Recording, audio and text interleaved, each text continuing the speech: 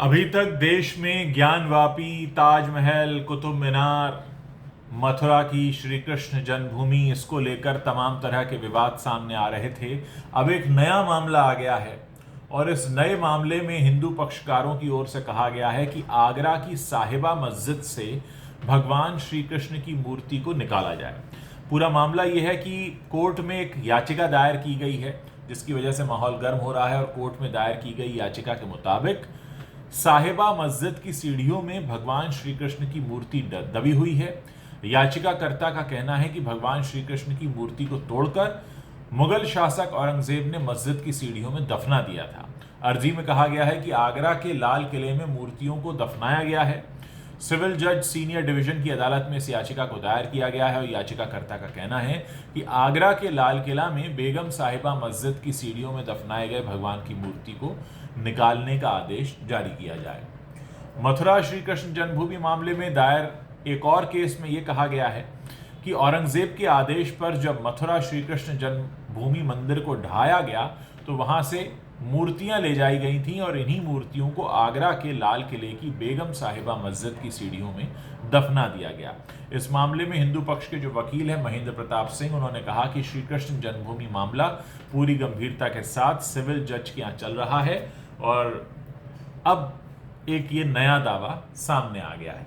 बहरहाल पिछले दिनों हमने देखा कि तरह तरह के दावे सामने आते रहे हैं। दूसरी तरफ देश में महंगाई और बेरोजगारी और जो रोज़मर्रा के सामान की जो कीमतें हैं, जो रोज़मर्रा इस्तेमाल में आता है, उसकी कीमतें ऊपर जा रही हैं।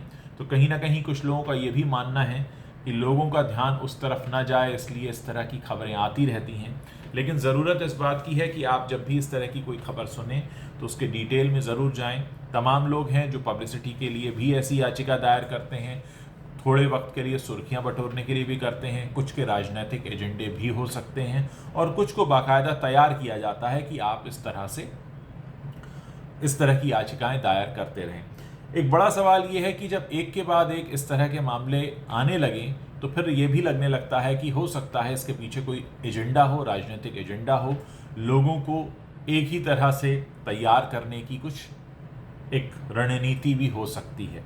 बहरहाल इस तरह की खबरें जब भी आती हैं, जाहिर है अखबारों में छपने वाली सुर्खियों पे लोगों का ध्यान जाता है, फिर उनको देखकर वो आपस में बात करना शुरू करते हैं और उसी तरह से एक बातचीत का सिलसिला शुरू हो जाता है और इसी हिसाब से देश का माहौल भी बदलने लगता है। ज़रूरत इस बात की है कि आप इस अहमियत को समझें कि कौन सा मुद्दा कितना अहम है।